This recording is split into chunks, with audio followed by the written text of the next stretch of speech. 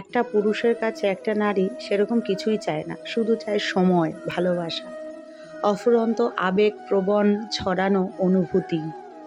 সেটা কি একটা নারী পায়? পায় না।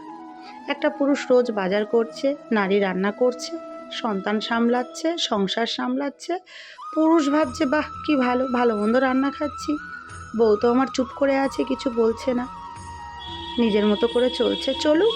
কিন্তু হে পুরুষ, তুমি কি বুঝতে পারছো? তোমারই ঘরের বউ মাঝখান থেকে দূরত্ব সৃষ্টি করছে তোমার চোখের আড়ালে। তোমার কি মাথায় ঢুকছে দূরত্ব মানে কি হতে পারে?